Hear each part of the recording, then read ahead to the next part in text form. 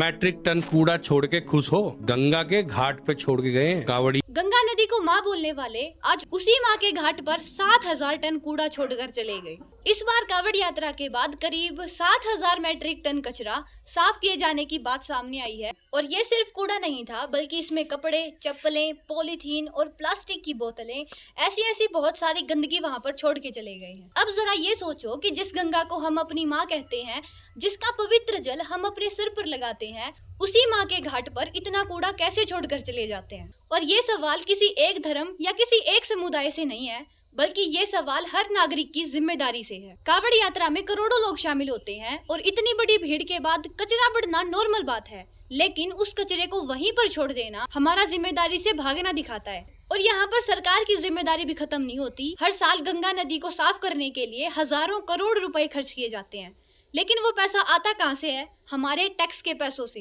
मतलब पहले हम गंगा नदी को गंदा करेंगे, फिर उसी गंदगी को साफ करने के लिए सरकार हमारे ही टैक्स का पैसा यूज करेगी। सवाल सिर्फ सरकार से नहीं, बल्कि हमसे भी है। अगर सरकार ने सफाई की व्यवस्था की है, तो नागरिकों का हक बनता है कि वो कचरा फैलाए ही ना। तो असली प्रॉब्लम ये नहीं है कि गंगा नदी को साफ कौन करेगा, असली सवाल ये है कि गंगा नदी को हम गंदा करना कब बंद करेंगे। आप चाहे किसी भी धर्म को मानते हो, चाहे आपकी कोई भी आस्था हो, लेकिन अगर आप उसे सच में मानते हैं तो उसे इस तरह निभाइए कि लोग आपके बिहेवियर से इंस्पायर हो। आस्था वो नहीं जो सिर्फ पूजा तक सीमित रहे, आस्था वो है जिसमें हमारी जिम्मेदारी भी दिखाई दे। अगर हम गंगा नदी को माँ कहते हैं, तो उस माँ को साफ करना भी सीखना होगा, क्योंकि धर्म की सबसे बड़ी मिसाल हमारे शब्द नहीं, हमारे कर्म होते हैं।